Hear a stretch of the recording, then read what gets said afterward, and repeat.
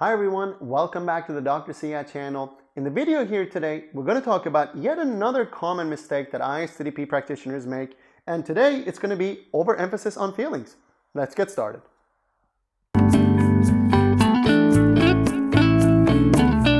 Alright, so overemphasis on feelings.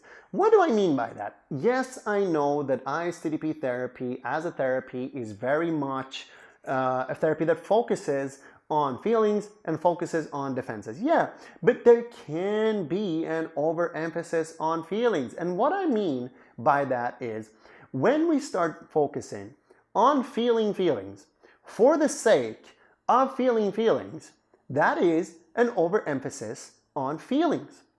It means that there is no task, there is no bond, and there is no goal. Again, the working alliance is one of the strongest indicators of a good therapy or a successful therapy. And when there is no task, there is no bond, and there is no goal around why you are looking at those feelings, therapy cannot really be useful. Therapy cannot be helpful.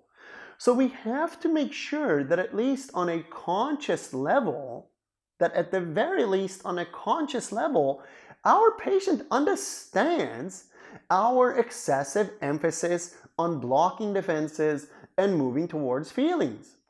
And if you don't do that, if you don't have that, if you don't kind of have this thing where your patient knows why you keep saying, stop doing this, it's bad for you, what are the feelings that you had towards that person in that moment, if they don't know that on some conscious level, whether they've understood that therapy is about defenses and blocking them in the past, or if they've never read anything about therapy, or if they don't understand that on some level, you're just going to be focusing on feelings for the sake of focusing on feelings. I mean, what are you going to achieve?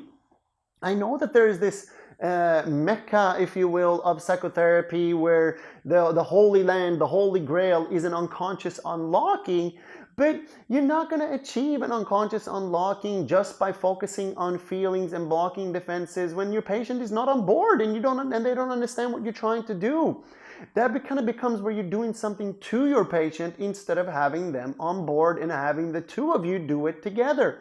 Remember, one of the key things that Davenlu discovered was that you could collaboratively block defenses and collaboratively help the therapeutic process by kind of unlocking a patient and having imageries and portrayals and so on and so forth that kind of help the person rediscover or re-examine their early attachment ruptures so that they could kind of have corrective emotional experiences and corrective understandings about themselves and in a way repair that attachment so that they can now live fully thriving lives.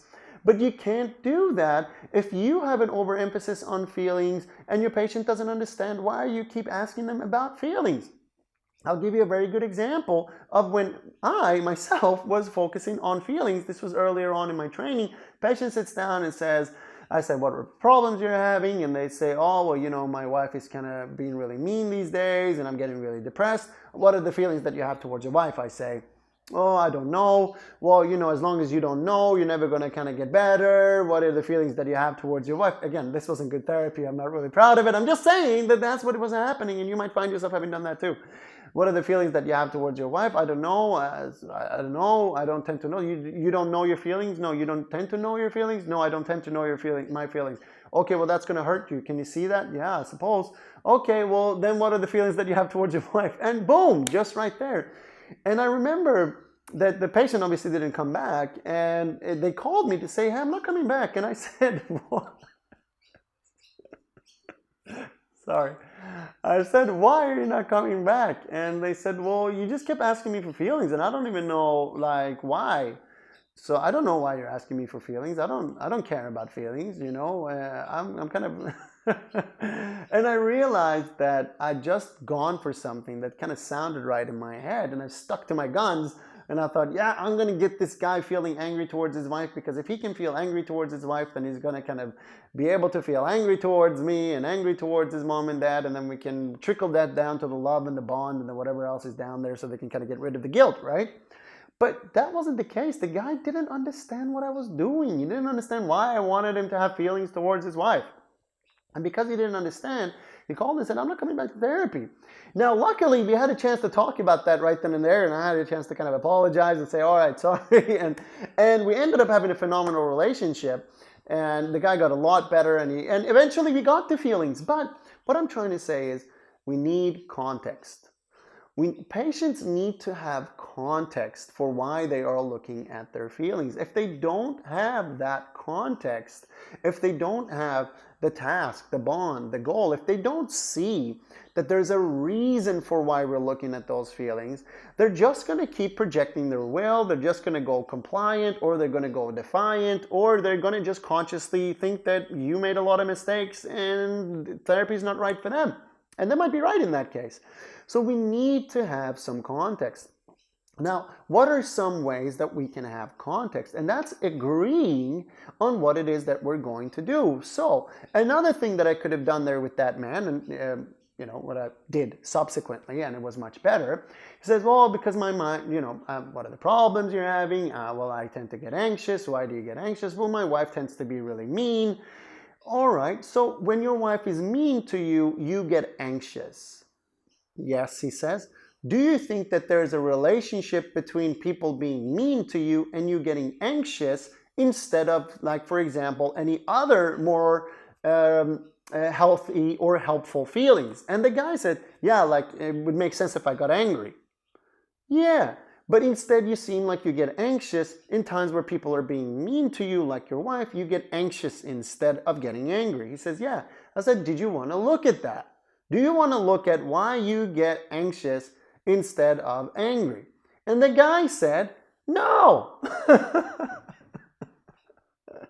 No, I don't want to look at that. What does that have to do with anxiety? I thought that anxiety is caused by when you're afraid of people and what they're kind of doing to you.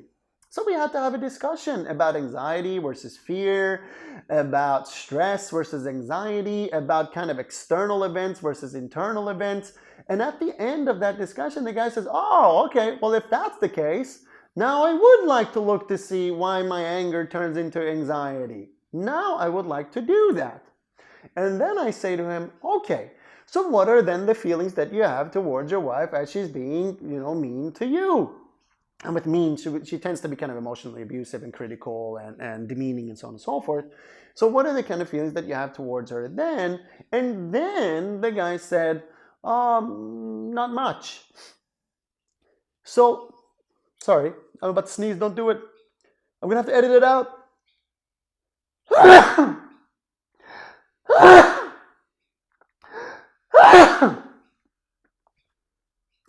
So sorry about that. Maybe I'll edit that out. Maybe I'll leave it in just to kind of be, I don't like to edit much. Anyway, sorry about that. So then he kind of minimizes his feelings and says, yeah, not much.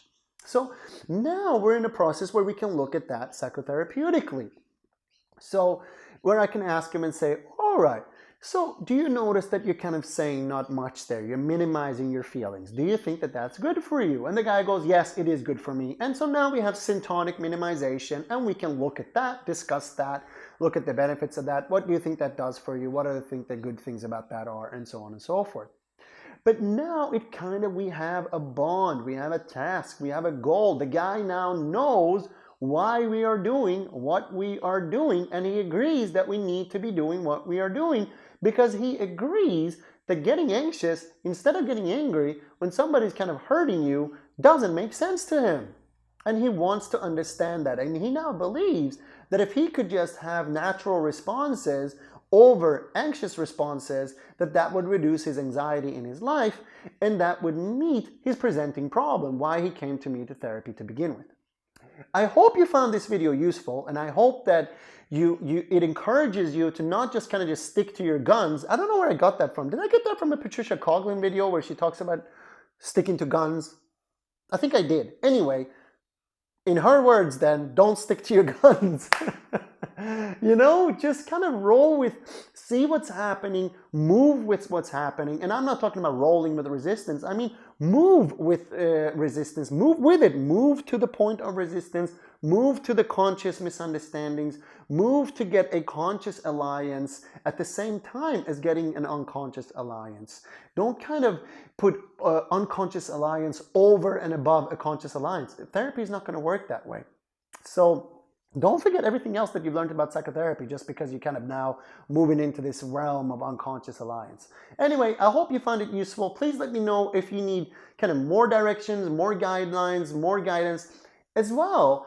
You know, I have videos like reenactments of therapy here on the Dr. Sia channel. So if you kind of want to see how I use a lot of these kind of techniques, go ahead and watch those reenactments. Maybe they'll be useful too.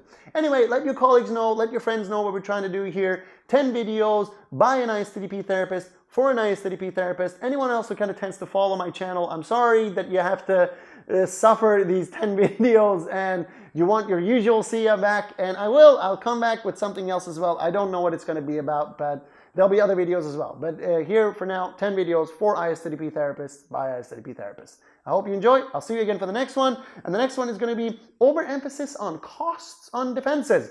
Who hasn't done that? I know I have. Well, I'll see you for that one.